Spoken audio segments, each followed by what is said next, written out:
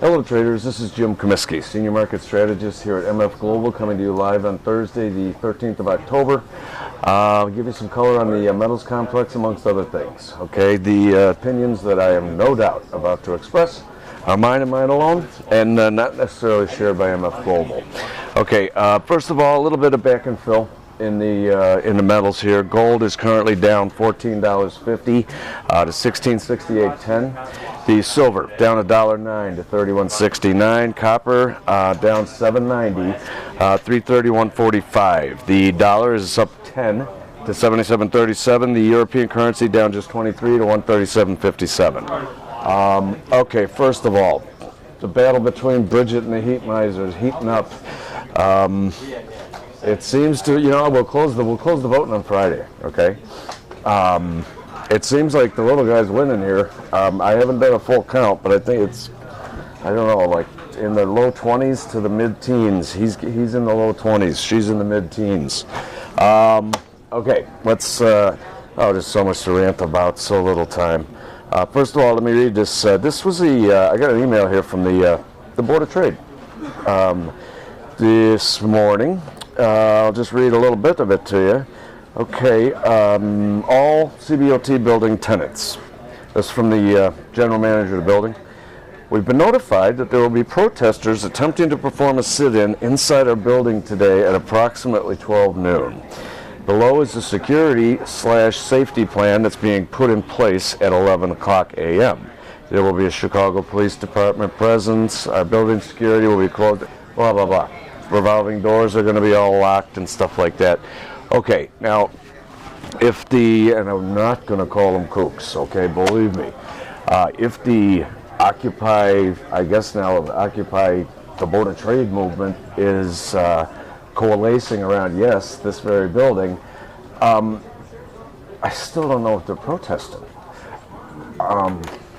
If they're protesting against like the banks, okay, the bank bailouts specifically, not like, I was down in the lobby, a guy had a sign, close all puppy mills.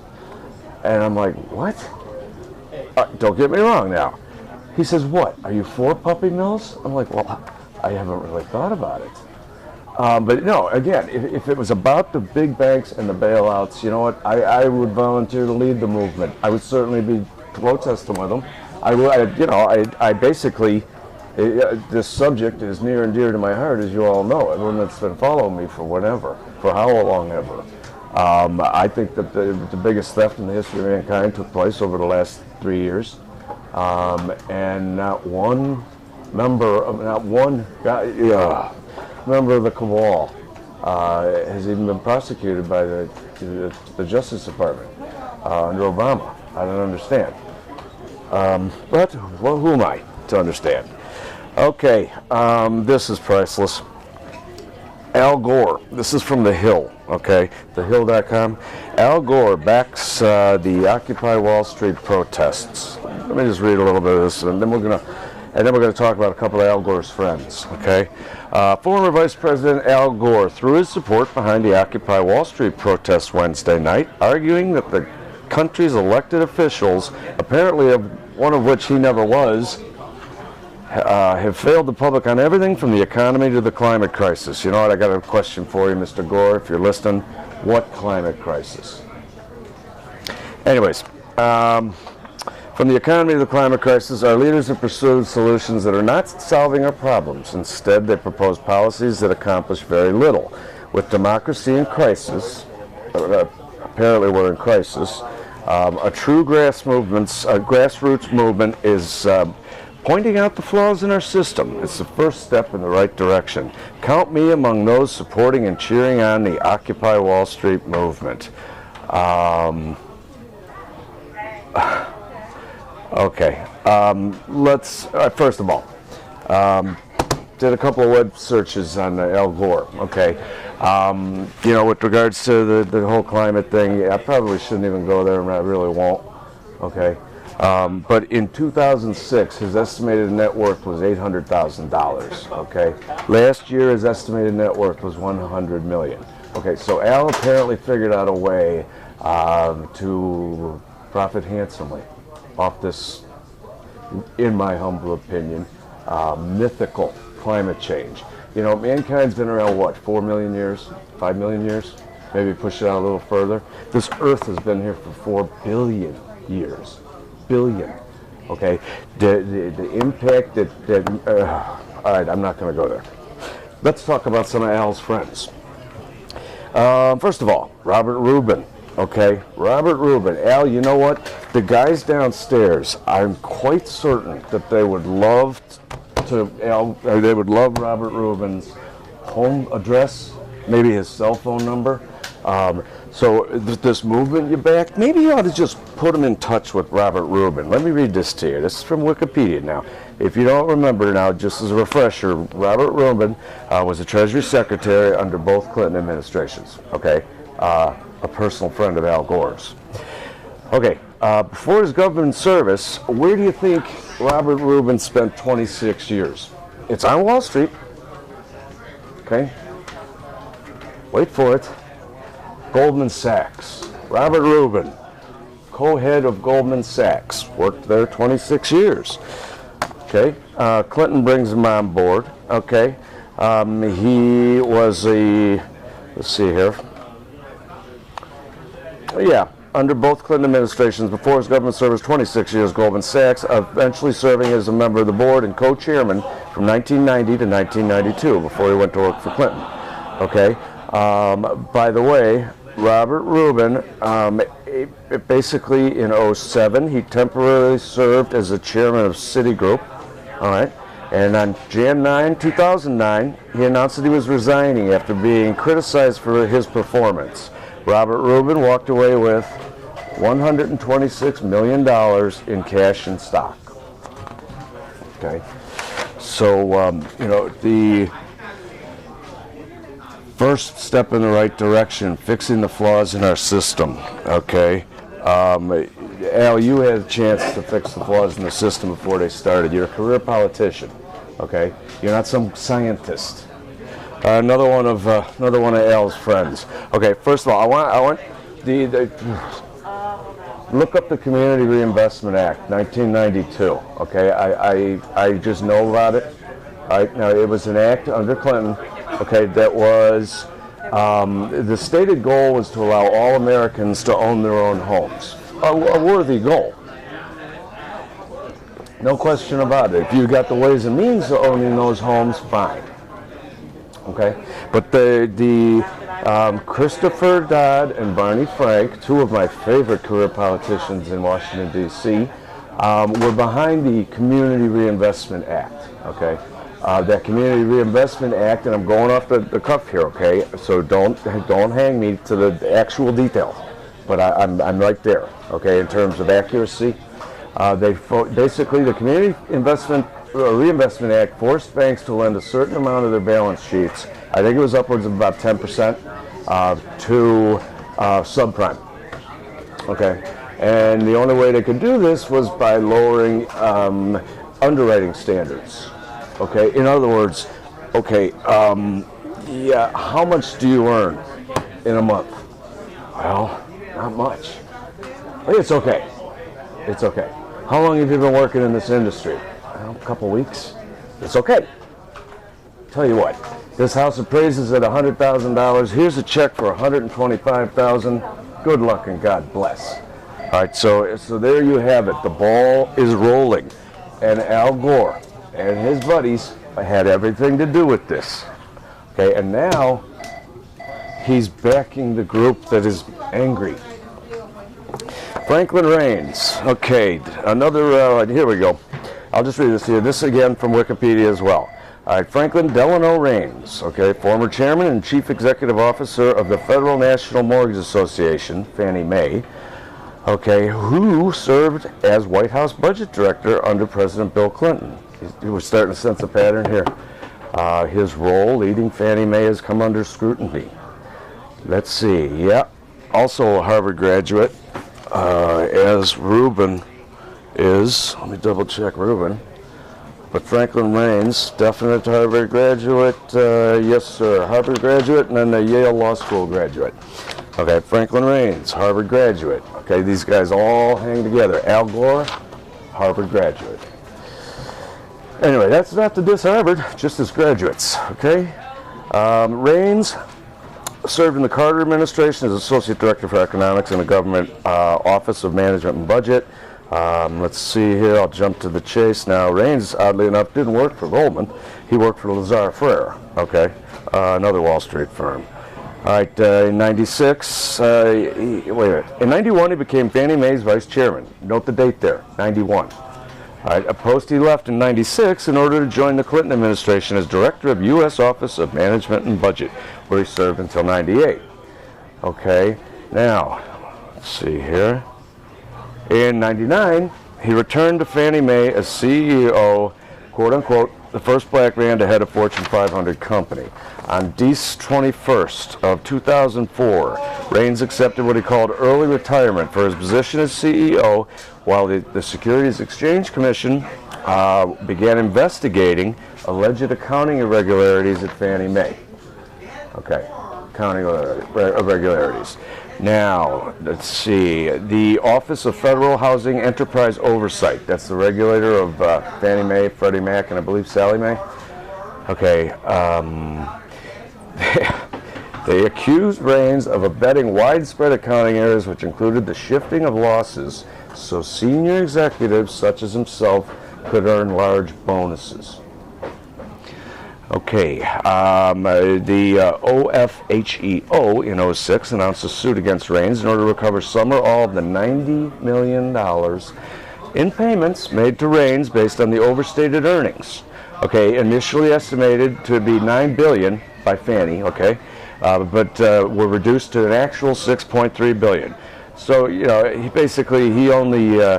he only raised, he lied about Fannie's earnings to the tune of north of 30%. All right, he actually did settle charges April 18th, 2008. Here, the man paid $3 million. Okay, now let's do that again now. Okay, $90 million that he took, okay, from overstating Fannie's earnings and bonuses and stuff. Okay, his settlement with the Govy was $3 million, the fines that he paid. Okay, and he also agreed to donate proceeds from the sale of $1.8 million of his Fannie stock and give up those options. Those were valued at $15.6 million. Okay, so roughly $19 million. The man netted $90 million, made $90 million on it. You know, that's a good trade. If I could make that trade every day, I'd do it. Okay, in size, believe me. Roll in the subprime crisis, it just gets worse and worse and worse. And this all started under Al Gore's watch. I'm sure he was watching things very diligently. With that Harvard education, he had no choice, right? Moving on. Oh, I guess I should kind of talk about the metals, but all right, of course I will. Yeah, we're down a little bit today. Just really back and fill, although silver is taking on the chin down 107. I'm just going to say this, and I'm probably driving somebody nuts. If you're trading futures, please use stops, you know, basically stops below support areas and above resistance areas, depending upon whether you're long or short. If you're stacking physical, hey, just look yourself in the mirror, take a look in your wallet, your finances here, and potentially just keep stacking it. All right, all the reasons are in place, okay, for gold and silver to continue their run north, all right? This is like over a 10-year run in both metals, although if you look at a chart, they did a sideways thing for about 4 of those years, but they still rallied. All right, look here, you know, I'm constantly talking about the bad debt and all that, and you know, how countries are basically, you know, shifting it onto the back of the public, which is exactly what's occurring here. I overheard a gentleman this morning say something like, the banks took emergency loans. Okay, why was it the banks were in a position to take emergency loans? Excuse me. Well, they made bad loans, okay? Or in many instances, they made highly speculative loans, okay, that blew up on them once the housing market here in the United States started to decline. Those weren't emergency loans, okay? Those were bailouts. There is a difference. Okay, so anyways, right, I'm always talking about the debt and all that stuff, but you know, if you look at money supply, okay, and I did, China's M2 year on year, okay, ending in July, okay, has been rising 20% for the last 2 years. Russia, same time period, has been increasing by 30%. Okay, Switzerland's money supply has grown 25%. Same time period. I could go on and on specifically, but your normal per annum growth in money supply should be on the order of like between 1 and 3%. All right, it's now at like 9% for the whole world. All right. Meanwhile, the annual production of gold increases by less than 1.5% per year. Okay. I got some of these figures from Zero Hedge, by the way. I want to cite them. There's another little blurb here. Jewelers and bullion dealers in India and China continue to stock up on gold and silver prior to their various festivals, such as Diwali in India and Chinese New Year in January of 2012. All the drivers are still in place, guys. Well, sorry, but I lost my quotes. You know how I feel. I'm very bullish on metals. There's a really beautiful thing. I just want to read you bits and pieces of this. This is a gentleman named Russ Winter of Winter Watch at Wall Street Examiner. Okay, so shout out to him. Picked up by, yes, Zero Hedge. Okay, I just want to read you little bits and pieces now. Chaos in the Land of Oz. Okay, Russ, I'm just going to... Right now, I'm very much focused on the phrase that I call the Wizard of Oz, on a phrase from the Wizard of Oz. The Wizard of Oz is the Federal Reserve, the governments, the U.S. Treasury, and the Troika. You need to understand these organizations in order to invest today. Okay, you need to hire old, forget about that. Yes, truly. In order to, this is the reason we're getting the schizophrenic markets here. It's because of the Wizard of Oz. In fact, we live in the land of Oz right now. For instance, the spending of the U.S. Treasury right now, the U.S. government, is 25% GDP. The norm is 18. So that means 7% of GDP can directly be attributed to the government propping up the economy. You have huge transfer payments used for paying off banksters and keeping the system going. A lot of the transfers go to the wealthy kleptocrats. That's one of the reasons why we had a 400% increase in the price of Tiffany's stock, and Walmart is going sideways. All right. Okay. Yeah, it's ridiculous. He's having this conversation with another gentleman. We good, Tim? Yeah. Everybody is extremely focused on the Fed. Every utterance, every rumor, every shill that they run. And they end up being pump and dumps a lot of the times. There's John Hilsentrath of the Wall Street Journal, Ben Bernanke's favorite sounding board. Absolutely, says Russ. And Steve Leisman. He's a shill, and I'm reading this, sorry, this isn't my opinion, but I kind of enjoy this. He's a shill, and you can actually quote me on that. They run the rumors, the pump and dumps, and they need to operate. The problem for investors, small investors especially, is that if you're too tied into what they're saying, you're going to end up being victimized by their pump and dump ways. All right, this quote directly now from the the Wizard of Oz, the Scarecrow now. I haven't got a brain, only straw.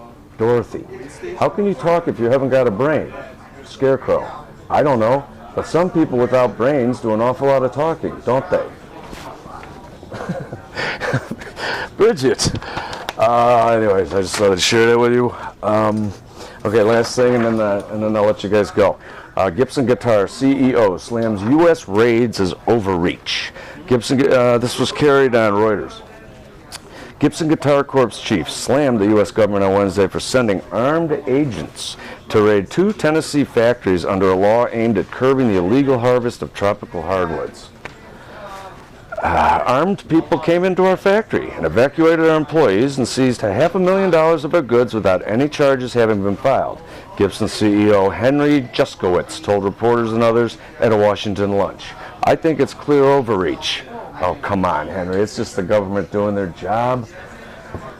Anyways, I'll continue. Government agents seized a total of over $1 million worth of rosewood, ebony, and finished guitars from Gibson factories in Memphis and Nashville in raids in 2009 and August of this year. Right, the Gibson factories remain open under great difficulty because the raids took most of the company's raw materials. The U.S. Justice Department declined on Wednesday to comment, oddly enough, but provided information on the Lacey Act, which aims to curb trafficking in wildlife, fish, and plant products. Okay. Yeah, right. Gibson uses a small fraction of the world's tropical hardwoods. Really. compared to that used for furniture and flooring. Because it uses so little, it can maintain a level of sustainability. He said his company has been a leader in the area with its line of smart wood instruments using wood certified by the Forest Stewardship Council. That's just a classic. You know what? More regulations. They create jobs for Justice Department lawyers. Okay, as that Michigan House of Representatives gentleman said yesterday. Excuse me. All right, that's pretty much all I got with the rant. The comments are awesome. Keep them coming, please. And if you have any like major concerns, questions, comments, you hate me, fine, let me know. Okay, you love me, let me know. Or email me, please. My email address is just jcomiskey@mfglobal.com. Or just call the desk. My number 888-800-5373. Look forward to hearing from you. Please always remember, trading commodities is inherently risky and not suitable for all investors. Thanks.